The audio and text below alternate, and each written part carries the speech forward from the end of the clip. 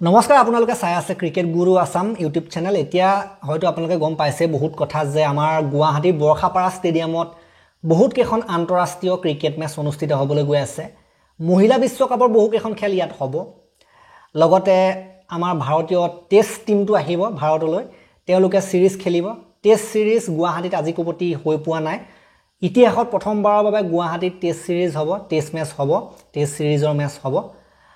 আৰু লগতে টি20 টো আগতে হৈছে বাৰু গতিকে টি20ও হ'ব বিশ্বকাপৰ খেলু কেতিয়াও হোৱা নাছিল অভ্যাস মেচ কিবা কিবি হৈছিল এটো বেলেগ কথা কিন্তু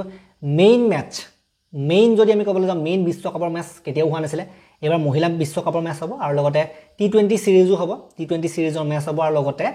টেষ্ট সিৰিজৰ এখন মেচও গুৰুত্বপূৰ্ণ মেচ হ'ব গতিকে টেষ্ট মেচৰ কথাটো আপোনালোকে আগৰ পৰা শুনিছিলে হয়তো আমি একেলগে আলোচনা কৰিছো বাৰু এটো ভিডিওত আগতে ইমান সাধাৰণ এটা কথা লৈ পেলা ভিডিও বনাবলৈ দিগদাৰ হয় ন এটো কাৰণে একেবাৰে গোটেইখিনি লৈ ভিডিও বনাইছো মই গতিকে 22 নৱেম্বৰ তাৰিখে 22 নৱেম্বৰৰ পৰা 26 নৱেম্বৰ তাৰিখলৈকে গুৱাহাটীৰ বৰখাপাৰা ষ্টেডিয়ামত ইণ্ডিয়া আৰু দক্ষিণ আফ্ৰিকাৰ মাজত টেষ্ট সিৰিজৰ এখন টেষ্ট মেচ অনুষ্ঠিত হ'ব সেইখন হ'ব দ্বিতীয়খন টেষ্ট মেচ দুখনে টেষ্ট মেচ খেলিব ইণ্ডিয়াই সাউথ আফ্ৰিকাৰ বিৰুদ্ধে আৰু দ্বিতীয়খন খেলিব গুৱাহাটীত সাউথ আফ্ৰিকাৰ টিমটো ষ্ট্ৰং হৈ আছে ভাই আপোনালোকে দেখিছে WTC ফাইনেল জিকি আহিছে গতিকে হেখন নৱেম্বৰত হ'ব 22 ৰ পৰা 26 নৱেম্বৰ দেন তাৰ পাছত ইণ্ডিয়াৰ যেটো আমি পুৰুষ টিমৰ যদি আমি কথা ক'বলৈ যাওঁ টি20 টিমৰ যদি কথা ক'বলৈ যাওঁ ইণ্ডিয়াৰ টি20 টিমটো নেক্সট ইয়াৰ মানে 2026 ত 2026 চনটো টি20 ৰ ফালৰ পৰা চাবলৈ গ'লে বহুত এটা ইম্পৰ্টেন্ট ইয়াৰ কি কাৰণে কাৰণ 2026 চনতে হ'বলৈ গৈ আছে টি20 বিশ্বকাপ আৰু সেই টি20 বিশ্বকাপৰ ঠিক আগে ভাৰতে গুৱাহাটীলৈ আহিব এটা টি20 সিৰিজ খেলিব টি20 সিৰিজৰ এখন মেচ গুৱাহাটীত হ'ব আৰু সেই যিখন টি20 পাঁচখন টি20 এটা সিৰিজ হ'ব আৰু পাঁচখন টি20 সেই সিৰিজটো হ'ব নিউজিলেণ্ডৰ লগত আৰু সেই পাঁচখন টি20 যিখন তৃতীয়খন টি20 সেইখন হ'ব গুৱাহাটীত 25 জানুৱাৰী তাৰিখে 2026 চনৰ 25 জানুৱাৰী তাৰিখে আৰু সেইখন 7 বজাত হ'ব নিখা গতিকে সেইখন হ'ল টি20 গতিকে এইখিনি আছিল পুৰুষ টিমৰ কথা আৰু মেইন কথাটো হৈছে যে বিশ্বকাপ মহিলা বিশ্বকাপ আহি আছে অক্টোবৰ মাহ সোমোৱাৰ লগে মহিলা বিশ্বকাপৰ দামামা আৰম্ভ হৈ যাব আৰু তাৰে বহু কেখন মেচ 4খনকৈ গ্ৰুপ মেচ আমাৰ গুৱাহাটীত দিছে গুৱাহাটী বৰখাপাৰা ষ্টেডিয়ামত দিছে আৰু লগতে এখন সেমি ফাইনেল খেলু গুৱাহাটীত হোৱাৰ সম্ভাৱনা আছে যদিহে পাকিস্তান সেমি ফাইনেল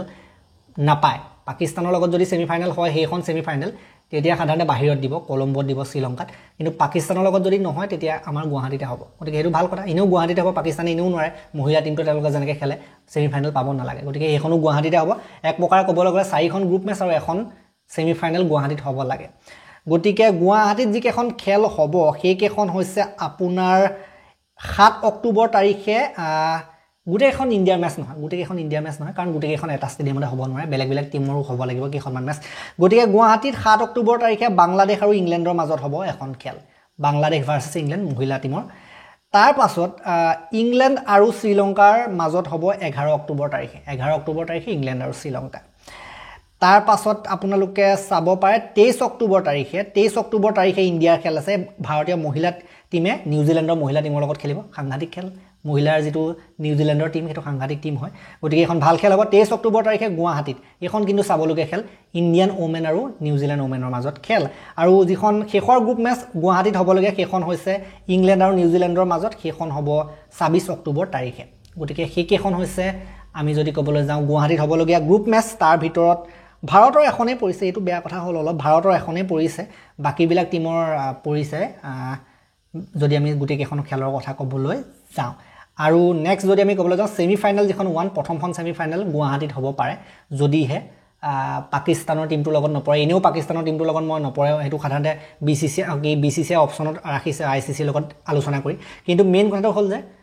নপৰে পাকিস্তান সেমি ফাইনেল নাপায় বুলি মই লিখি দিম যদি কিবা হয় নাজানো কিন্তু বাওহাতাৰে মই লিখি দিম যে পাকিস্তান সেমি ফাইনেল নাপায় হেতু টিম লৈ পেলাই পাকিস্তানৰ যেটো টিম কেহুতিয়া পাৰফৰমেন্স একো ভাল দেখিবলৈ পোৱা নাই মই বাকি যিকি নহক যেটো মহিলা বিশ্বকাপৰ ওপৰত আমি এক্সট্ৰাকে ভিডিও দিম অলপ সময় পাছতে দিম তাৰ ওপৰত ভিডিও পৰিব এতিয়া এইখিনি গতিকে আপোনালোকে ৰেডি হ'ব লাগে ষ্টেডিয়ামত টিকেট কালেক্ট কৰিবৰ কাৰণে ৰেডি হ'ব লাগে বেছি সময়টো নাই অক্টোবৰটো হ'ব নৱেম্বৰটো হ'ব জানুৱাৰীটো হ'ব গতিকে একে